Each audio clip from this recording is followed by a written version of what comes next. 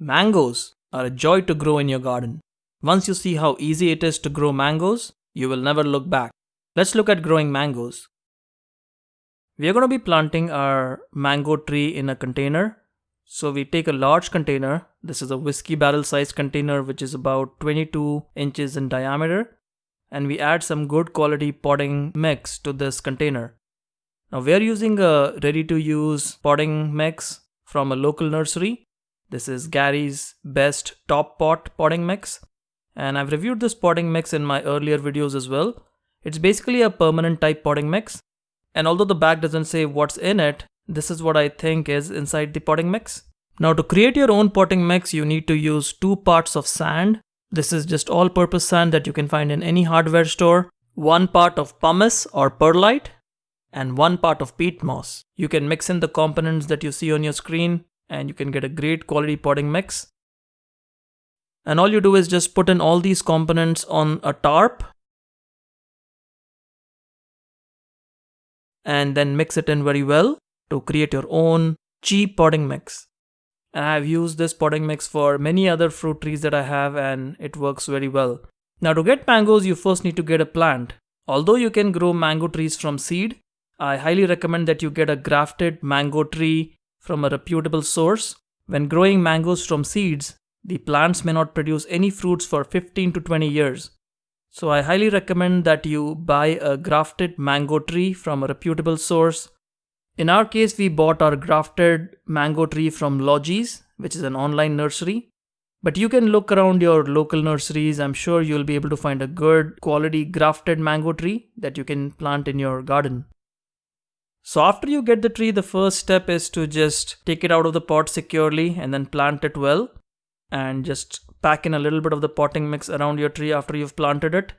Now, as per the recommendation of the person who sold me the potting mix, this is an inert medium, so we have to add some kind of fertilizer, slow release fertilizer, and in this case you're seeing how we used Osmocote in this container, and this is a very slow release fertilizer that will provide nutrients to this mango plant for about 6 months or so.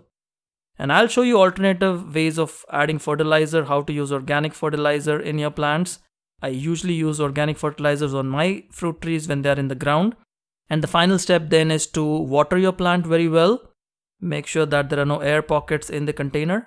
And this is a very well draining potting mix. It is a permanent potting mix as well, which means it has no compost. And although it's pretty expensive, it's a good quality potting mix because it's also permanent. But as I mentioned, you can always create your own potting mix. And this is how a plant looks like once planted. And it looks like a nice plant which will be dormant for a few months but then should start growing very soon. And this mango variety is the Little Gem mango. It's a great mango variety, one of my favorite mangoes. It's a dwarf mango variety and grows to about 4 to 6 feet and produces abundant mangoes. So it's a great option if you want a compact tree that you can grow in either containers or in the ground, a small tree that produces abundantly. Now 66 days since planting, you can see that the plant is looking good, the leaves are looking healthy, and at 120 days, you can expect to see some new growth. You can see new leaves being formed on the plant, and you will soon see more new leaves as the plant grows, as the roots establish and start growing in the soil. You will see some new growth. And mangoes grow very slowly here in Southern California, but usually around the month of September or October, they produce new leaves which will help the mango plant grow larger and help it bear all those fruits in the upcoming year. Now, since we added fertilizer at the time of planting, we will not be adding any more fertilizer. Now, when we moved to our new home, we had to plant this mango tree somewhere. So we chose to plant it in the ground, and you can see this little video here. Sorry for the bad quality video. This is from our surveillance camera. But you can see the mango plant is being transferred from the container to the ground.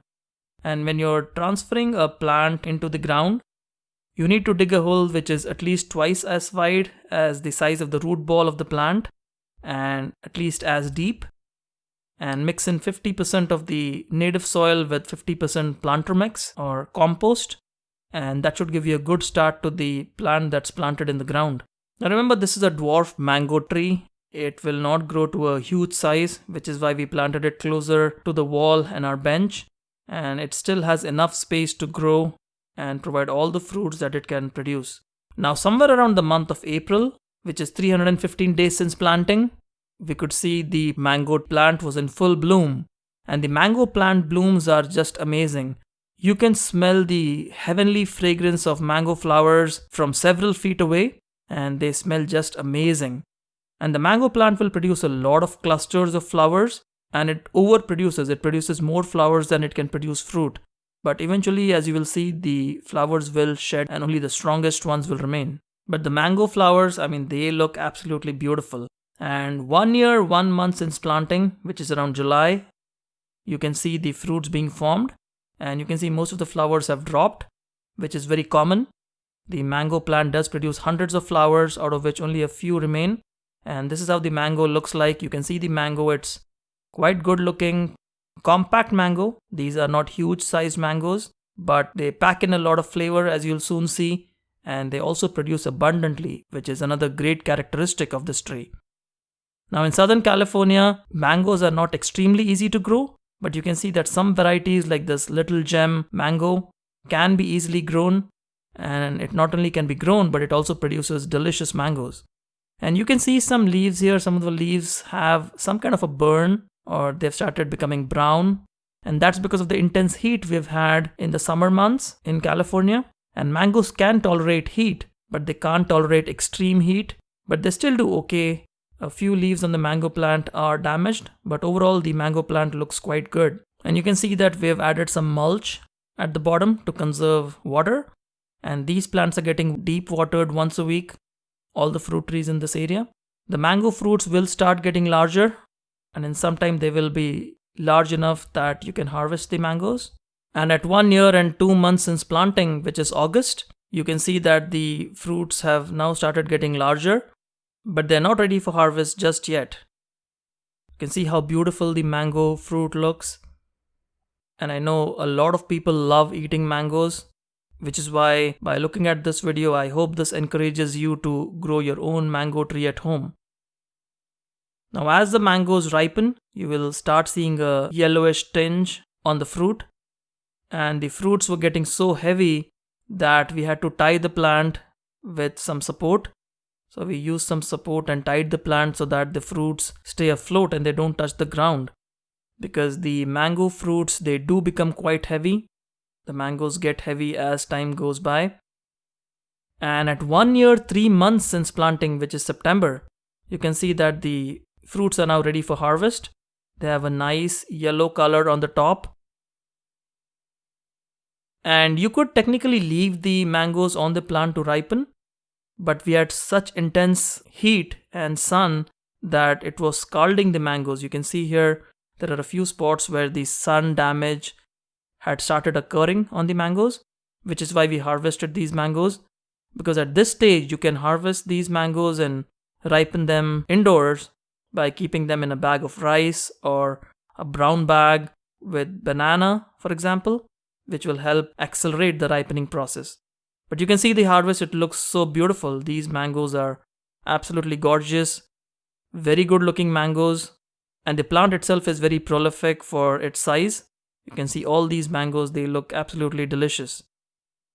And when we cut open the mango, you can see that it has a nice orange flesh. It's extremely sweet, and the taste is also amazing. This is extremely close to the taste of some other mango varieties I've had, which are more expensive and difficult to grow. So all in all, the flavor for this mango variety is just amazing. Now at 1 year and 4 months since planting, which is in October, the plant will continue to grow more leaves, more branches, which will eventually bear fruits in the upcoming year. Now at this stage, it's good to add a good quality organic fertilizer. You can see here we are using this fruit tree fertilizer, and I'll provide some links in the video description. You mix in some worm castings with some homemade compost, and this will form the base for our fertilizer. So all you do is just remove the mulch from the base of the plant to expose the ground. You can see here the ground is a little bit dry, and then you just spread the compost and worm castings mix around the plant. all the way to the drip line of the plant. So this is not a huge plant, but you can see how we are spreading the compost and the worm castings around the plant. And we haven't added our fertilizer yet. So at this stage, we can just take a handful of the fruit tree fertilizer and mix it in with the compost that we just added. So just mix it in with the compost and worm castings around the plant. And what this does is it not only adds a lot of beneficial nutrients to the soil, it also adds a lot of beneficial bacteria and microbes, which will improve the condition of your soil and let your plant grow to its full potential. And once you're done, just put the mulch back so that you conserve moisture, and then you water your plant thoroughly. This is very important that you water your mango tree thoroughly once you add your fertilizer. And you're all set to get delicious fruits in the upcoming year. Now, the one thing that you have to protect your mango plants from is cold winters. If you have extreme weather in your area, or if you have extremely cold winters leaning towards a frost, you need to cover your mango plants with some protective cover while they're growing. And this is extremely important in the first year. Or if you're growing your plants in containers, you can get them indoors during winter. So to summarize, here are the tips for growing mangoes at home. Always get a grafted plant to grow. Never grow from seed unless you're growing the mango only for leaves. Protect your mango plant in the winter season. Protect it against cold by either covering it or bringing it indoors. Choose varieties that grow well in your area. The Little Gem mango, for example, is a great variety to grow in Southern California. Make sure you water your plant and add fertilizer for nutrients so that the plant grows well during the growing season. A mango plant doesn't have any problems with insects or diseases, so you don't have to worry too much about it. But as long as you follow these guidelines, you'll be on your way to growing excellent mangoes, great quality mangoes at home very easily. And we have a lot of other interesting mango varieties that we are growing. And we'll have a full fruit tree tour coming up very soon. So make sure you subscribe so that you don't miss out on these wonderful episodes. So there we have it, folks. That was our episode on growing mangoes. If you grow mangoes already or are planning to grow mangoes after getting inspired from this video, do let us know in the comments below. And if you're not already a subscriber, do hit that subscribe button. We'll see you again soon. Happy gardening.